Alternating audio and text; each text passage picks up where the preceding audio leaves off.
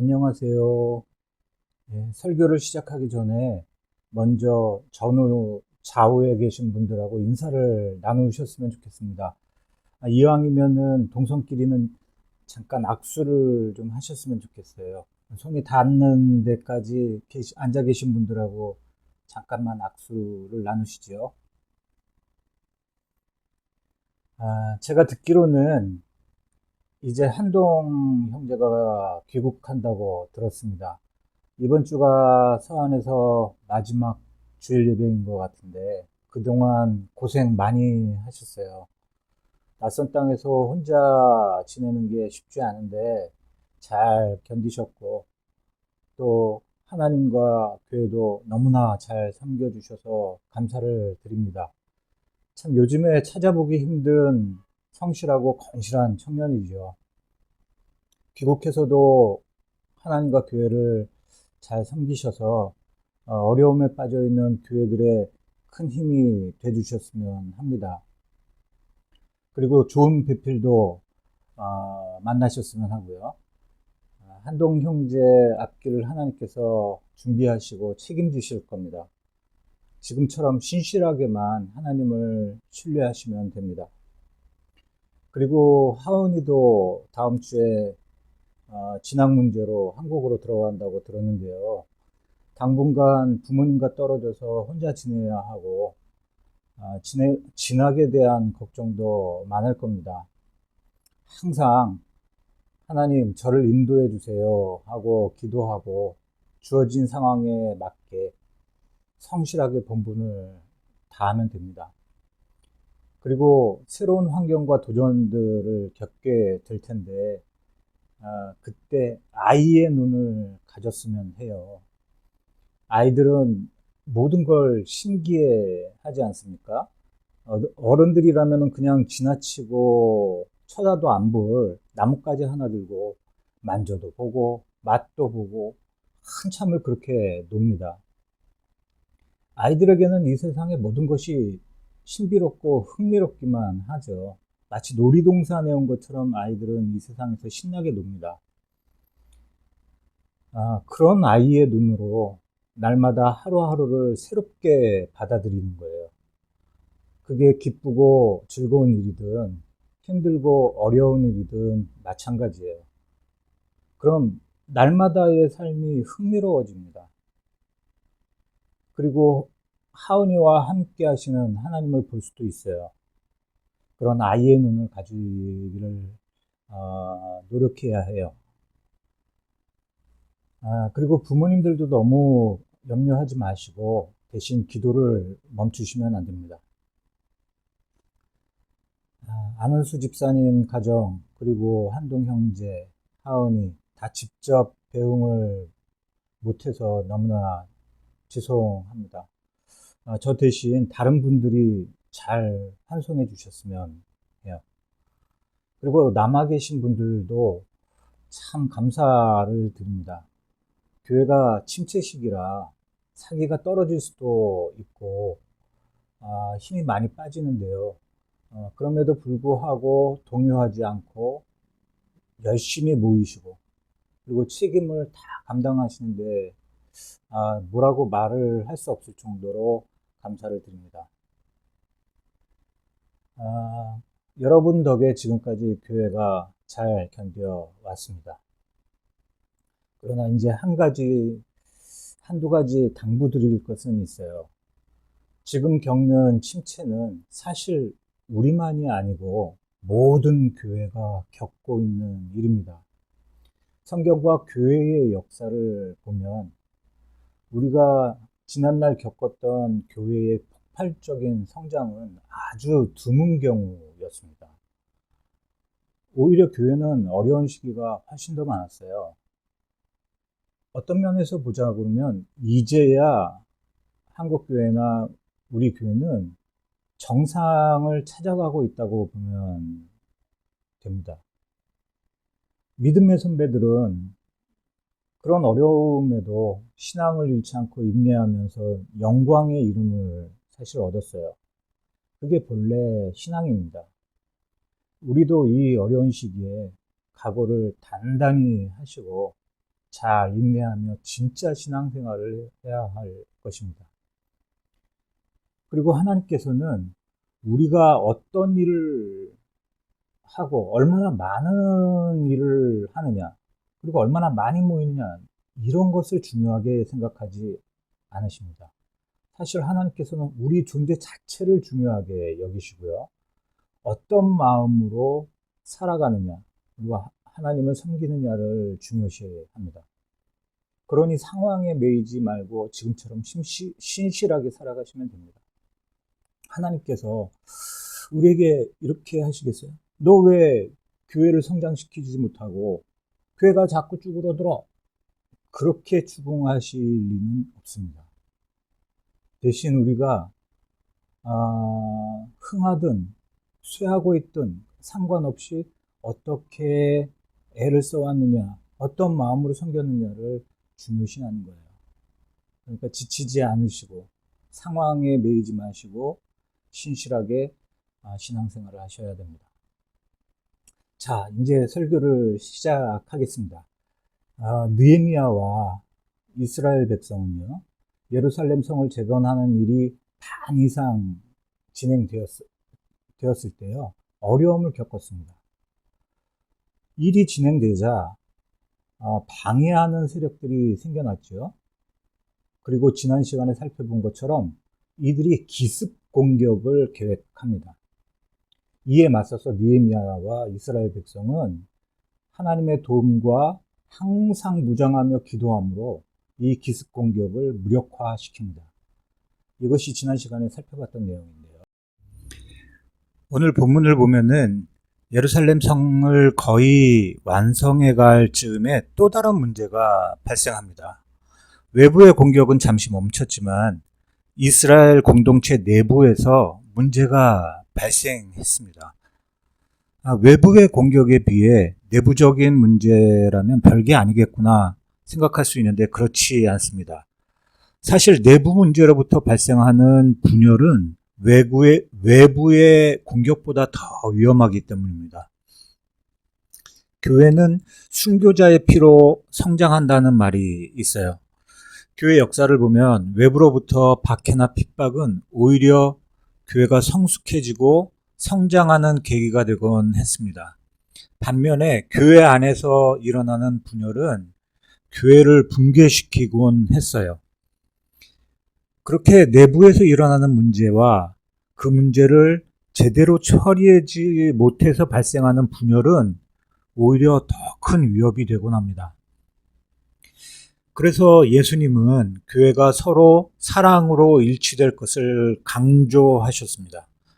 요한복음 13장 34절에서 35절에 보면 이런 말씀이 나옵니다. 제가 읽어볼게요. 새 계명을 너희에게 주노니 서로 사랑하라. 내가 너희를 사랑한 것 같이 너희도 서로 사랑하라. 너희가 서로 사랑하면 이로써 모든 사람이 너희가 내 제자인 줄 알리라. 교회가 서로 일치하여 사랑하면 세상은 하나님의 사람들, 예수 그리스도의 제자들이라고 우리를 인정해 준다는 겁니다.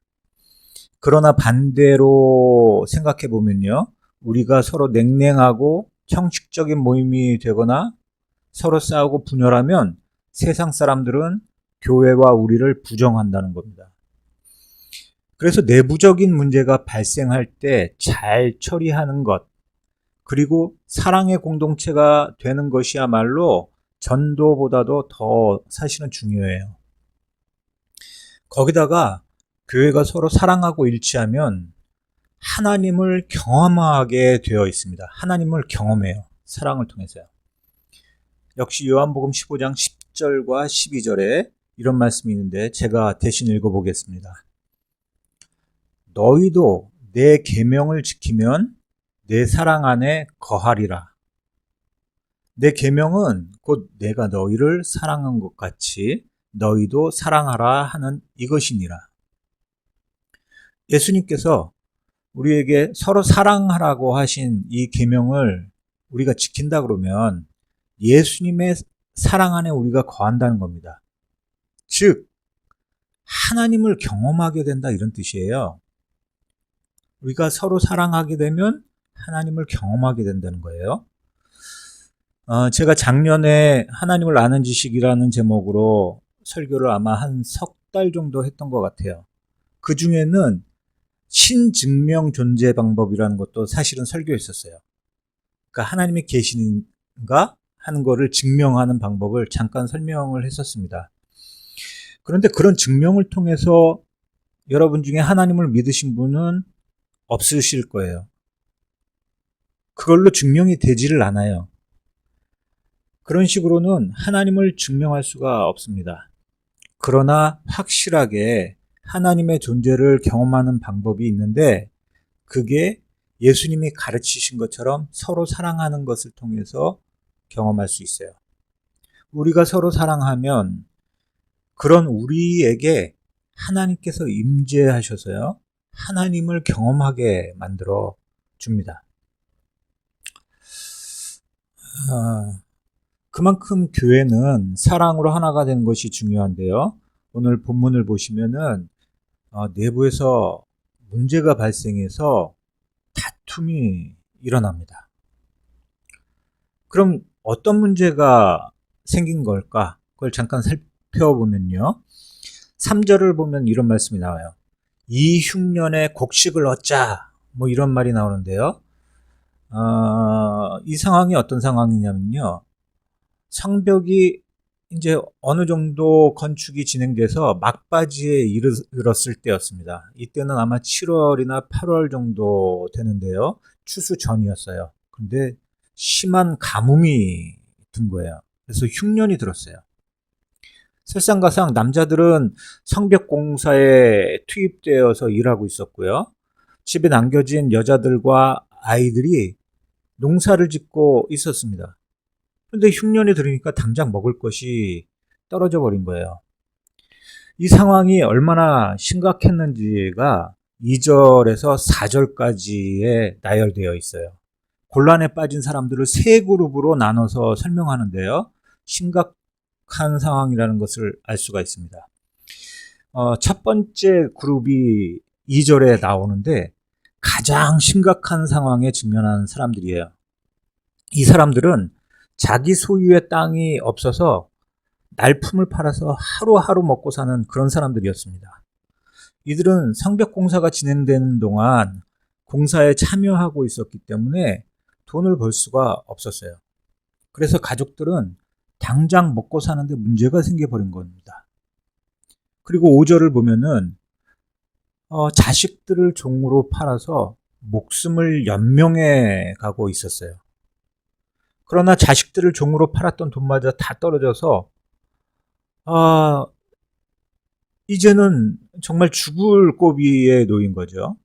그래서 2절을 보면은 동량을 해서 먹고 살아야 한다 하고 탄식하고 있는 겁니다. 그게 이게 첫 번째 그룹이에요. 두 번째 그룹이 3절에 나오는데 이들은 농사를 지을 만한 땅은 있었어요. 하지만 흉년으로 먹을 양식이 동인한 상태입니다. 그래서 자신들이 가지고 있는 땅을 팔아서 먹을 양식을 구해야 하는 상태가 된 겁니다. 이들도 결국은 일용적으로 날품을 팔거나 그것도 불가능하면 자식들을 종으로 팔 수밖에 없는 상황이었습니다. 그리고 세 번째 그룹은 4절에 나오는데요. 이들은 땅을 가지고 있고 당장에 먹을 것도 있는 사람들입니다. 그러나 높은 세금 때문에 빚을 지고 또 고리대금에 시달리고 있었던 사람입니다. 이들이 느헤미야를 찾아와서 어려움을 호소하고 있는 거예요. 자, 흉년이 들어 어려운 것도 있었지만 이들을 더 어렵게 만드는 게 있었는데 그게 고리대금입니다. 가뜩이나 살기 힘든 사람들에게 높은 이자를 물려서 돈을 빌려주고는 갚지 못하면 땅을 뺏고 자식들을 노예로 삼는 거예요. 1절을 보면 이들이 더는 견디지 못하고 느헤미야를 찾아와서 크게 부르짖었다 이렇게 말합니다. 근데 여기서 사용하고 있는 부르짖었다라는 말이 원어로는 체악하라고 이렇게 하는데요. 이 뜻이 참 의미심장합니다. 가난하고 힘없는 사람들이 착취당하면서 울부짖는 때 쓰는 단어가 체악하라는 거거든요. 우리식으로 표현하자면 이런 거예요. 도저히 못 살겠다. 차라리 날 죽여라. 뭐 이런 뜻이라 보면 됩니다. 그리고 이 부르짖음이라는 체악하라는 단어가 사용된 적이 있어요. 창세기에 나오는데요. 소돔과 고모라의 사건에 나왔습니다. 창세기 19장 13절에는 소돔과 고모라에 대해서 이렇게 말해요. 부르짖음이 여호와 앞에 크므로 라는 말이 나옵니다. 여기서 사용하는 부르짖음이라는 말이 오늘 본문에 나오는 체악하입니다. 사람들은 이제 흔히 소돔과 고모라 성이라 하면은 동성애와 같은 성적 타락만 생각하곤 해요. 근데 실은 가난한 자와 힘없는 자들을 착취하는 악한 행위가 소돔과 고모라에서 더 심각한 문제였습니다. 성경은 가난하고 힘없는 자들의 부르짖음이 하나님께 들렸기 때문에 결국 하나님께서 이 악한 성 소돔과 고모라를 멸하셨다, 심판하셨다, 이렇게 말씀하는 거예요. 성경은 그걸 가르치고 있어요. 지금 이스라엘 사람들이 부르짖고 있는 것은 마치 소돔과 고모라에서 착취되었던 사람들의 부르짖음과 같았다고 말하는 것입니다. 그럼 누가 이런 고리대금으로 사람들을 착취하고 있었을까요? 7절을 보면은 느헤미야가 귀족들과 민장들을 꾸짖었다라는 말이 나옵니다. 이 가난하고 힘없는 사람들을 착취하고 있었던 것은 실은 다른 사람이 아니고 이스라엘의 귀족들과 지도자들이었습니다. 지도자라는 사람들이 백성들의 가난을 해결해 줄 생각은 안 하고 오히려 이를 이용해서 재산을 늘리고 있었던 겁니다. 그리고 백성을 착취하고 있던 이 지도자들은요, 바로 성벽 건축을 하고 있던 사람들이에요. 그러니까 한편에서는 하나님의 거룩한 일을 하고 다른 한편으로는 함께 일하는 형제들의 돈을 착취하고 있었던 셈입니다. 어쩌면 이런 위선적인 일을 할 수 있을까요? 무엇보다도 돈에 대한 욕심, 탐심이 문제겠지요. 거기에 덧붙여서 저는 이거 신앙의 불균형을 지적하고 싶어요. 신앙 따로, 삶 따로, 또는 하나님을 믿는 것 따로, 이웃을 사랑하는 것 따로, 이렇게 신앙과 생활을 분리하는 게 문제라고 생각합니다. 흔히 종교 생활은 열심히 하는데 이웃에게는 매몰차고 무례한 경우가 얼마나 많습니까? 그러나 성경은 우리에게 무엇을 가르치는가 가만히 생각해 보십시다. 요한 1서 3장 17절, 요한 1서 3장 17절에 이런 말씀이 나옵니다. 누가 이 세상의 재물을 가지고 형제의 궁핍함을 보고도 도와줄 마음을 닫으면 하나님의 사랑이 어찌 그 속에 거하겠느냐. 이 말씀은 하나님 사랑과 이웃 사랑이 깊이 연결되어 있음을 가르쳐주고 있어요. 하나님을 사랑하는 사람은 그만큼 형제를 사랑하는 것으로 나타나야 된다 하는 거죠. 이렇게 종교와 삶은 나누어질 수 없는 것입니다. 하나님을 잘 믿는 사람은 사람들에게도 선하게 되어 있습니다. 또 야고보서 1장 27절에는 이런 말씀이 나옵니다. 하나님 아버지 앞에서 정결하고 더러움이 없는 경건은 곧 고아와 과부를 그 환난 중에 돌보고 또 자기를 지켜 새 속에 물들지 아니하는 그것이니라. 경건이라는 건 거룩한 척하면서 근엄한 표정을 짓거나 느리게 움직이면서 거들먹거리는 것, 이런 게 아닙니다. 또 긴 시간 기도하거나 참선을 하는 것도 아닙니다. 엄청난 신학적 지식을 깨달아 나열하는 것도 사실 아니에요. 참된 거룩함과 경건이라는 것은 어려운 일을 당한 이들에게 마음을 열어 들어주고 공감하는 것이고요. 허락되는 대로 그들의 필요를 실제로 채워주는 것이 경건입니다. 그런데 지금 지도자들은 하나님을 사랑한다고 하며 예루살렘 성벽은 건축하고 있지만은 정작 그 형제들의 생존을 위협하고 있었습니다. 완전히 위선적인 거예요. 자, 만일 이 문제를 그대로 방치하면 어떻게 될까요? 이 문제를 그대로 둔다면 이스라엘 공동체는 결국 채권자와 채무자, 있는 자와 없는 자로 양분되어 분열하고 말 것입니다. 더 나아가서 예루살렘 성벽 공사도 물 건너가는 거죠. 설사 예루살렘 성을 재건하더라도 그건 의미 없는 일이 됩니다. 예루살렘 성을 재건해봐야 결국 부자들을 위한 성이 될 뿐이고 사람들을 착취하는 자들의 소굴, 강도의 소굴이 될 뿐이니까요. 그래서 느헤미야는 이렇게 8절에서 말해요. 우리는 이방인의 손에 팔린 우리 형제 유다 사람들을 우리의 힘을 다하여 도로 찾았거늘 너희는 형제를 팔고자 하느냐. 이렇게 지도자들을 책망하는 장면이 나와요. 느헤미야는 이 문제가 공동체를 분열시킬 수 있고 지금 진행하고 있는 예루살렘 성 재건의 진짜 목적도 훼손될 수 있는 사건이라는 것을 정확하게 파악합니다. 그래서 이 문제를 그냥 방관하지 않고 해결해 나가요. 그럼 느헤미야는 어떻게 이 문제를 해결해 갈까요? 6절을 보면은 느헤미야는 먼저 백성의 부르짖음과 말을 들었다라고 합니다. 백성의 목소리에 귀 기울여서 사태를 정확하게 파악했다는 겁니다. 그리고 사태를 파악할 뿐만 아니라 이 약한 자들, 가난한 자들이 겪고 있는 고통에 공감했다는 뜻이기도 합니다. 사실 느헤미야는 이렇게 원망을 퍼붓고 있는 사람들에게 이런 식으로 말할 수 있었어요. 야, 남들은 다 괜찮은데 왜 너희만 그러냐?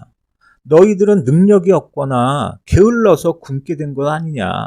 하고 자본주의 논리로 개인의 문제로, 자본주의 논리에 따라서 개인의 문제로 일축해버릴 수 있었습니다.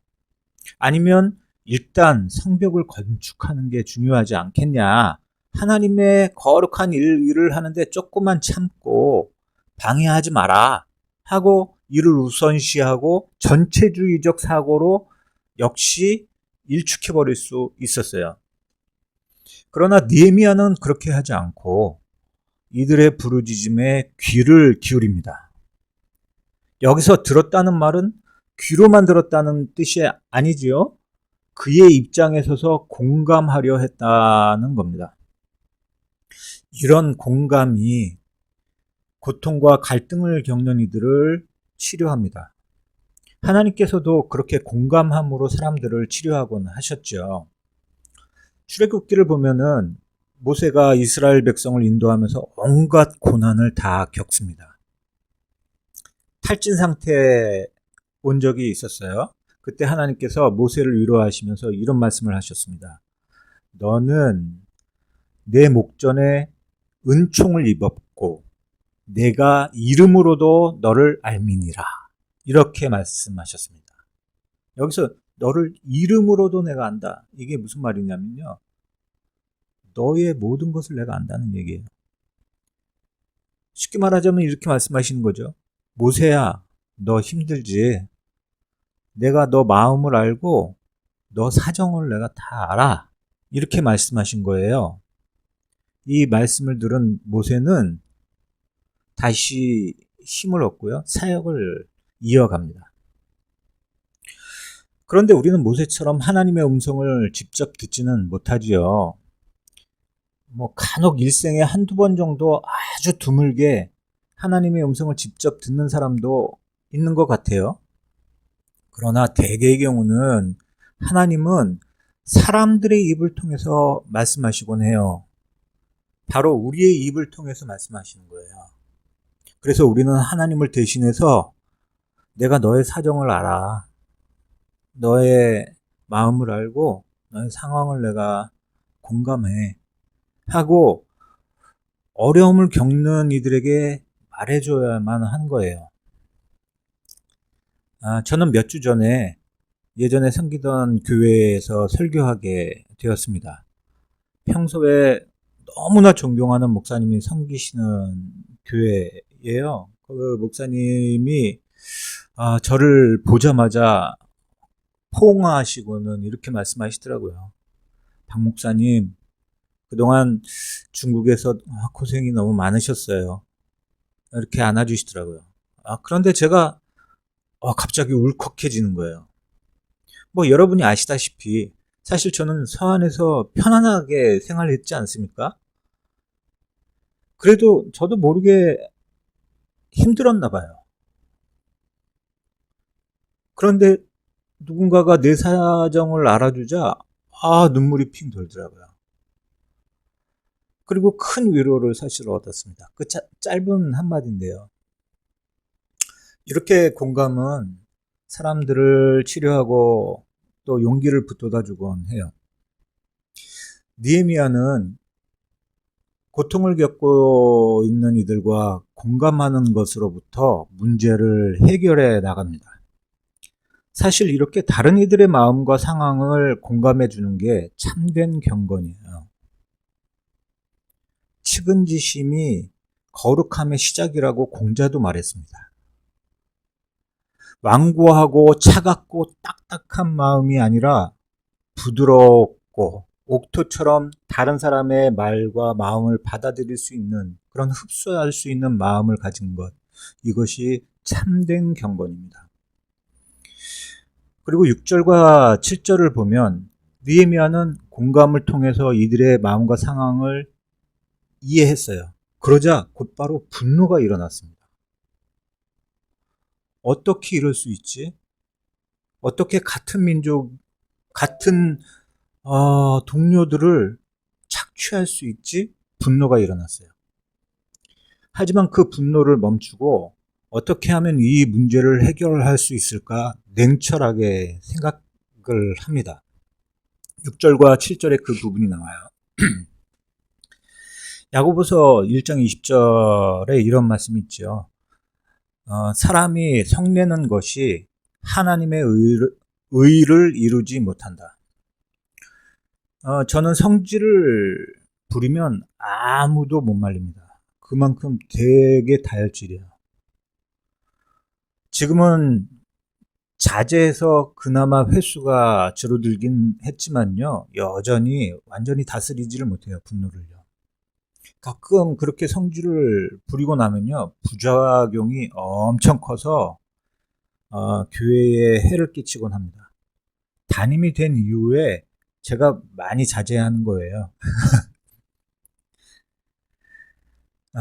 느헤미야도 백성들을 착취하는 지도자들의 행실에 화가 났지만 분을 가라앉히고 이 일을 어떻게 처리해야 할지를 깊이 생각합니다. 그리고 나서 7절을 보면 차분히 생각을 마친 후에 먼저 지도자들을 불러서 꾸짖습니다. 드러난 잘못을 그냥 대충 무마하지 않은 거예요. 그리고 이 꾸짖음을 받는 이들이 누군가 생각해 보세요. 이들은 지도자들이에요. 힘이 있는 사람들이었습니다. 일반적인 정무적 감각을 갖고 있는 사람이라면요, 일반적인 판단으로는 이들의 심기를 건드리면 안 됩니다. 적당히 무마해야 해요. 타협해야 하고요. 그러나 느헤미야는 드러난 이 잘못을 그냥 덮지 않고 문책합니다.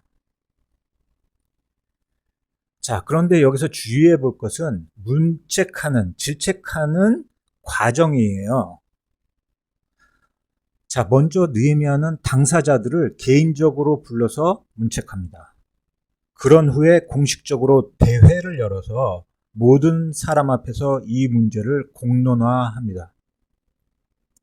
느헤미야의 이 과정은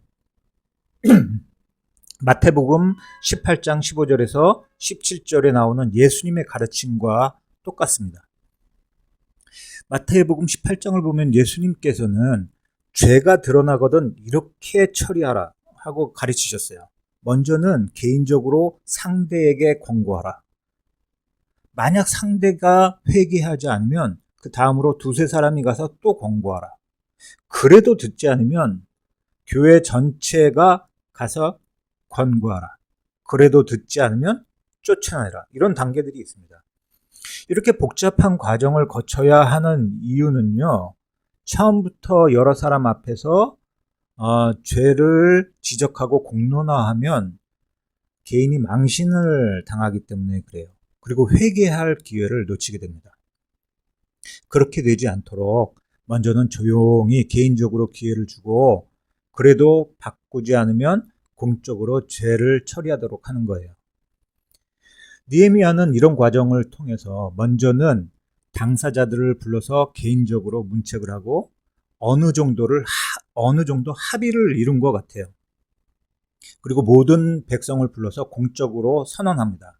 어떻게 선언하냐면요, 11절을 보세요. 제가 읽겠습니다.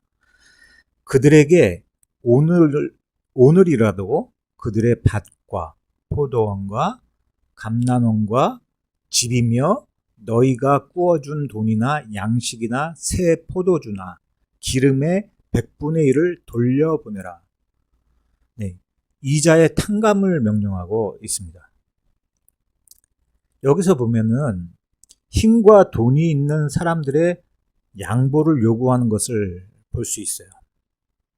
느헤미야는 말하자면 기득권자들, 채권자들에게 양보를 요구합니다. 여기서 우리에게 깊은 교훈을 주는 점이 있습니다. 두 사람 사이에 어떤 갈등의 문제가 발생하면은 세상은 힘 있는 사람들이 약한 사람들에게 양보를 요구합니다. 그럼 힘이 없는 사람들은 어쩔 수 없이 따르게 되겠죠. 그러나 그 사람들의 마음에는 억울함과 원망이 남게 됩니다. 이것은 갈등을 해결한 것이 아니라 잠깐 눌러놓은 것에 불과해요. 결국에는 결정적일 때 언젠가는 폭발하고 맙니다. 그러나 하나님의 방법은 반대예요. 약한 자가 강한 자에게 양보하는 게 아니라 강한 자가 약한 자를 위해서 양보하는 겁니다. 이게 하나님의 방법이에요. 우리가 죄를 지음으로 하나님과 원수가 되어서 하나님과 우리 사이에 갈등이 일어나지 않았습니까? 이때에 하나님께서 어떻게 하셨는가를 생각해 보십시오. 강한 하나님께서 양보하십니다. 정의로우시고 절대 강자이신 하나님은 우리를 심판하실 권리와 힘을 가지고 계셨죠. 하지만 그 힘과 권리를 내려놓고 오히려 우리의 죄값을 자기의 아들 예수 그리스도께 감당하도록 하셨어요. 그리고 우리에게는 무조건 죄의 대가를 탕감해 주셨죠. 조건 없이요. 이게 복음이에요. 이게 하찮은 인간인 우리를 대하시는 하나님의 방식입니다. 느헤미야는 이것을 지도자들에게 요구했어요. 그리고 느헤미야는 그것을 남에게만 요구한 것이 아니라 자신이 먼저 솔선수범으로 실천합니다. 10절을 보시면 이런 말씀이 나와요.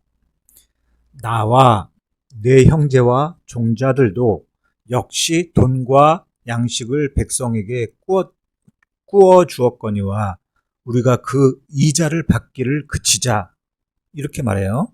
자신의 측근들도 이자를 받고 돈을 꾸어줬는데 그 이자 받기를 중단하고 돌려주자.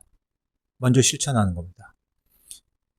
그리고 14절 이하에 보면은 보통 총독이 그 백성들로부터 뇌물을 받곤 했어요. 일종의 상납금을 받았거든요. 근데 그것도 일절 받지 않습니다. 거기서 그치지 않고 공적인 임무를 위해 필요한 날마다 소요되는 것도 자신이 스스로 지불합니다. 자신의 재산으로서 충당해요. 적지 않은 그 비용이 소요되는 것이었거든요. 그런데 그것을 백성들에게 짐을 부과하지 않고 자기가 자기 돈으로 스스로 공무를 처리해 버립니다. 느헤미야는 이렇게 자신이 솔선수범하면서 가난한 자들의 어려움을 돕고 다른 사람들에게도 요구하고 있는 거예요. 자, 정리해 보죠. 내부의 문제가 발생하자 느헤미야는 그 문제를 하나님의 방식대로 처리해 나갑니다.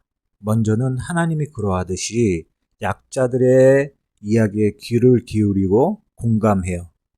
그리고 가해자들이 권력을 가진 자들이라고 해서 봐주지 않고요. 정의를 실현해 나갑니다.